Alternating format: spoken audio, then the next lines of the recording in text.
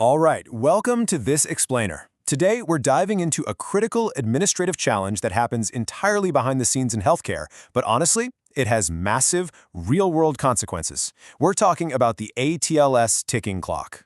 We're going to look closely at exactly how organizations manage the expiration of advanced trauma life support certifications, the very real dangers of letting them lapse, and how automated alerts are literally transforming compliance from a constant, massive headache into a seamless, fail-safe process. Look, here is exactly why getting this right matters so much. Picture this scenario from our source material. It's 2 a.m. in a Level I trauma center. A multi-vehicle collision has just flooded the emergency department with critically injured patients. The trauma team springs into action, and they're moving with this incredible practiced precision. Every single member is completely synchronized, communicating flawlessly, all because they've earned and maintained their ATLS certification. It's literally a matter of life and death, and this team, they are absolutely ready. But imagine discovering right in the middle of that chaotic shift that a key surgeon's ATLS status actually lapsed 3 months ago. So what happens then? This is the core question we need to address today. Because a credential gap like this isn't just some minor paperwork headache for HR. It's a massive problem that immediately jeopardizes the hospital's trauma center verification, creates huge liability, and, worst of all, puts patient care at risk. Now, just to quickly review, Advanced Trauma Life Support, or ATLS, is a highly structured training program developed by the American College of Surgeons. First introduced back in 1980, it equips physicians with that standardized ABCDE approach to managing trauma patients during the critical first hour after an injury. You know, that famous golden hour. It basically provides a shared language for trauma teams across over 80 countries, ensuring everybody works together without any confusion. But here's the catch. The absolutely most important number for any credentialing office is 4. Why? Because this life-saving certification is only valid for exactly 4 years from the date of course completion. The very second that physician finishes the course, a 4-year ticking clock begins. And tracking that 4-year window across dozens or maybe even hundreds of providers, that is exactly where hospitals run into serious trouble. Section 1. Navigating the renewal timeline. Okay, so let's look at how early the tracking actually needs to start. At year 0, the certification begins. But look closely at that -9 months mark. That is the best practice for when you absolutely must begin tracking the renewal. The official American College of Surgeons renewal window opens at -6 months. Then, you hit the expiration date where verification officially lapses, followed by a 6-month grace period. Basically, waiting until the expiration date to actually take action, that's a recipe for total disaster. Successfully managing this timeline requires 3 crucial steps. First, you've got to set that initial reminder a full 9 months out. Why? Because these refresher courses, especially at big academic medical centers, they fill up months in advance. Next, you must notify both the provider and the credentialing coordinator to ensure dual accountability.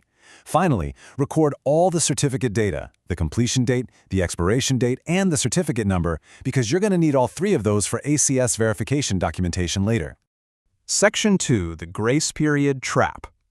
This is where so many people get caught. Before expiration, a physician is ACS verified and perfectly safe for trauma call. Easy, right? However, during that 6-month grace period after expiration, they are not verified. This is a huge compliance risk. A lot of people mistakenly assume a grace period means you're kind of still certified while you try to get into a class. That is a critical error. The source material makes this explicitly clear, stating, a 6-month grace period exists, but the provider is not considered ATLS verified during that window. Relying on this grace period means a physician absolutely cannot represent themselves as current, and ideally, they shouldn't even be scheduled for trauma activations at verified facilities. Bottom line, if you wait for the grace period, you've actually already failed compliance. Section 3. The high cost of gaps.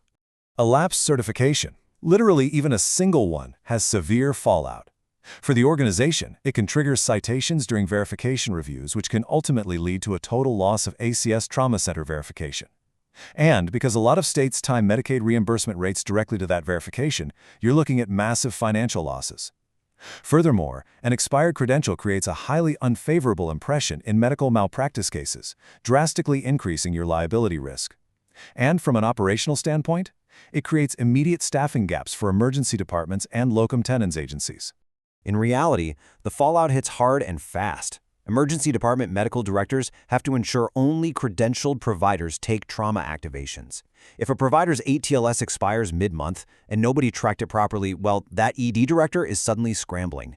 They literally have to instantly pull that unverified physician off the trauma call schedule and find a replacement on the fly. It just creates absolute chaos for the department. Section 4. Automating your compliance. So how do we fix this? When you compare manual spreadsheets to an automated system like Remindax, the differences are just night and day. Spreadsheets rely on manual entries, which are usually siloed and super error-prone, whereas automated systems act as a secure, single source of truth. Manual calendars require someone to actually remember to physically set up reminders, while software provides automated, tiered alerts. And when survey time inevitably comes around, manual compilation takes days of digging, whereas an automated platform gives you audit-ready compliance reports on demand. Automated alerts are essentially the ultimate key to preventing these costly DAPs. Remindax sets up this brilliant, fail-safe countdown. It pings you 9 months out when it's time to start looking for classes. It warns you at 6 months when the official ACS renewal window opens. It escalates the warnings at 3 months and sounds a final alarm 30 days before expiry. It completely removes human error from the timeline. This creates a beautifully seamless 3-step workflow. First, multi-recipient alerts are sent out. The software notifies both the provider and the credentialing coordinator at the exact same time, ensuring accountability even if one person happens to miss an email. Next, the status is monitored centrally on a live dashboard by the trauma program managers and department chairs. Finally, when the Joint Commission or the ACS shows up for a survey, you just generate an audit-ready compliance report instantly. Ultimately, this is the core value proposition for any healthcare organization out there. By utilizing automated tracking, you protect your trauma center verification and your vital trauma funding.